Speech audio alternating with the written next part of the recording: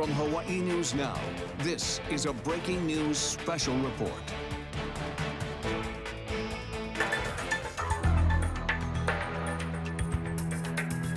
Welcome back. Our team of reporters have you covered tonight on Hurricane Douglas. Everything you need to know to keep your family safe.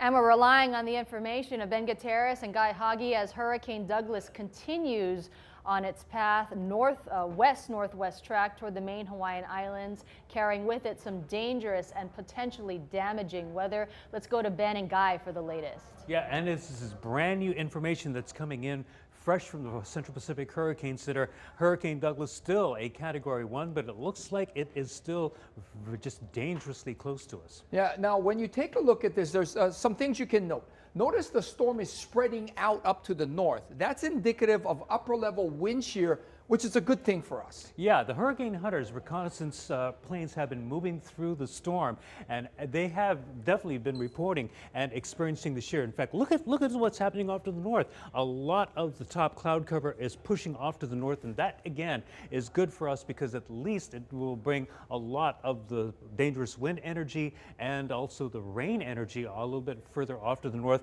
Still winds, however, 85 miles per hour, gusts up to 105 miles per hour. Still moving to the west-northwest at 16, so still a Category 1 hurricane. So despite that shear, it has retained strength since this morning, and that was what the forecast had expected and had forecast. And the bad news is that as we go further in time, it's expected to remain at a Category 1 hurricane strength until it passes Kauai. Yeah, in fact, as you look at what we're expecting, we're still looking at 80 mile per hour winds at 8 o'clock tonight, and that was when, according to the forecast models in this forecast track, the center will be just to the north of the island of Oahu, and that little bend in the line there, a little closer to Oahu. Yeah, that is not making me feel comfortable. Yeah, that's not good, but that's what it was expected the storm to do. Now, also with regard to the hurricane force winds, being that it's 50 miles outside of Maui and 100 miles to the east of Oahu, there's still a chance for tropical storm force winds to come on. In fact, 2 o'clock is the time that tropical storm force winds were expected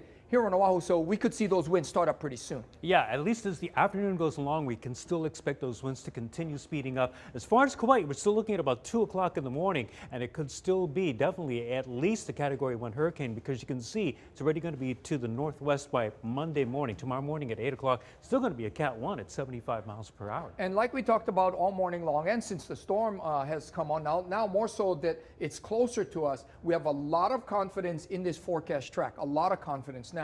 Although it could really wobble and wander anywhere inside of the cone, and minor wobbles in its distance and in its track will create much different conditions based on where you are. Yeah, because even though we have high confidence in the cone itself, it is now so close to us that really a difference of 20 miles in either direction is going to make a difference in the amount of wind we're going to get, or how strong the winds are going to be, how much rain we're going to get. So we're still definitely nowhere out of the woods yet, especially where Oahu is concerned. Yeah, you cannot take comfort in this. Even though the forecast track for the eye is just to the north of Oahu, the storm is expansive and big enough, the wind field expansive and big enough that we could get really beat up, especially tonight.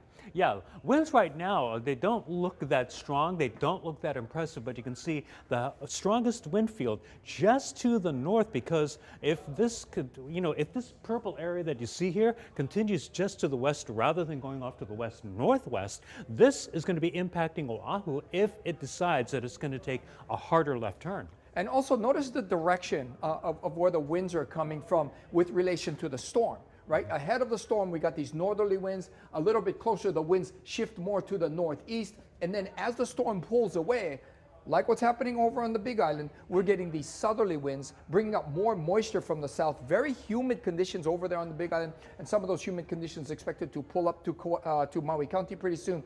And there's also more moisture coming up from the tropics. Yeah, and Chelsea was also saying that she was reporting that some of her friends on Maui are already reporting that the winds were very still. When you look at the lack of color here, we've got the weak winds to the strong winds, and this area looks like it's practically calm, almost dead calm right now over the Valley Isle. So it's the same thing what happens if this storm were to move a little bit more to the north and pass by, and that happens oftentimes. what happens is we end up with light winds, with humid conditions, and to some extent, that's what's happening right now for the places that the storm is blocking that circulation. Yeah, so as we look at some of the gusts right now, we're still anticipating some of the stronger gusts, but Lihue getting gusts up to 30 miles per hour, 25 mile per hour gusts for County Kauai, but still the strongest gusts at least are showing up on our map for Maui County, but we're starting to see some of those gusts make their way 22 mile per hour gusts for Honolulu. And then again, to reinforce what's going on, we want to tell everybody, if you live in those areas normally associated with stronger winds, like up in upper elevations, in downsloping areas, those are the places that are going to be most susceptible to the storm damage, to the wind damage, especially tonight here on Oahu, and then in the overnight hours over on Kauai. Yeah, as we look at what's happening with the storm on radar, you can definitely see what's going on. In fact, there's that moisture we were talking about starting to head into the South Point area, up Na'alehu, up into the Ka'u area, and some showers coming in from the south. And we also got this area of rain. Looks like some moisture up by Lapahoihoi, up toward the Honoka'a area. That's right. Yeah, That's and then let's take a look at what's going on Maui County, and you can definitely see where all of the heaviest rain and showers are moving, as the center looks like right now. It's just literally, like you said, just 50 miles north of Kahului. Yeah, think about it this way. This is a car crash, right? And we're really close to watching that car crash happen. We're really close to watching it happen too. So if that, and this is expected to turn a little bit to the west and clip us, that makes Oahu closer to the fury of the storm as opposed to the rest of Maui County, at least right now. Yeah, we can't really reorient this map right now, but even though there's these heavy showers, just look really quickly here. There's a couple of flashes of lightning right now that are firing up just on the backside of Douglas. A little bit of a closer look at the islands of Maui County right now, still showing a lot of cloud cover, but it looks like at least for now, the shower activity is starting to back down just a little bit. Yeah, so it looks like they can start kind of, getting ready to ease up, but I wouldn't say they're out of the woods just yet. Just to be safe, I would still hunker down on Maui for sure. Yeah, quick look at Oahu. We've still had some heavier showers moving through. Winds picking up from the northeast right now. And just a quick look at Kauai and Ni'ihau. Things look relatively calm at the moment, but of course that is going to be changing once again. Let's check in with Bob Ballard from the Central Pacific Hurricane Center for his input on what we're seeing right now as far as the track and what factors are basically affecting Douglas right now. What's up, Bob? Right now, we are seeing Douglas in a battle between warmer water near the islands and stronger wind shear. And it appears as though the wind shear is slowly winning out, where we'll see a gradual weakening trend. But I'm looking at radar right now, and there is some new thunderstorm activity, as you mentioned, firing up around the eye wall. If everybody's wondering where the really strong winds are, if you measure out from about the windward side of Oahu, about 40 miles, that's where the really strong damaging winds start. So we're really shaving this closely right now. We were expecting that turn as soon as it hit Molokai and turning more to the west, bringing it closer to Oahu and potentially Kauai. That is still happening. It looks that way with regard to the latest satellite pictures that we can see. Yeah, we're tracking it on radar pretty carefully. And of course, we had the Air Force Reserve hurricane hunters in there this morning, helping us out big time, sending us lots of valuable information from the center. With every passing hour, as long as it keeps going toward the west-northwest, we are in better and better shape here on Oahu. And we don't want to see a westward jog at this point, but we hope that it continues on the direction that it's going. If that's the case, then we won't see weather that gets too bad here on Oahu. Nevertheless, we want folks to really pay attention. It's pretty rare that we have damaging winds from a hurricane just 40 miles offshore. So we really need to watch this over the next 6 hours or so. Kauai, of course, needs to keep an eye on it a while longer because it's still moving in the general direction of Kauai. And so those folks need to pay attention and keep an eye on Douglas. You're definitely not out of the woods yet. One thing we're noticing, or we've heard, at least during the 1 o'clock update, there was a quick update about an hour ago where we talked about the hurricane hunters in the storm, and they were able to get a pretty good handle being up in the air, in the atmosphere, to be able to have the dropsondes and tell us about the pressure, the different upper and lower level winds. And so we're really, as you said, talking about that little battle, and that's really starting to show up on satellite imagery, where we're looking at the clouds, the convection from the top layer, really start pulling off, getting kind of shredded a little bit, not quite that strong yet, but being pulled off to the north. Yeah, and that's a good point. So when you see changes in intensity like that, we're definitely on pins and needles because you can get changes in direction.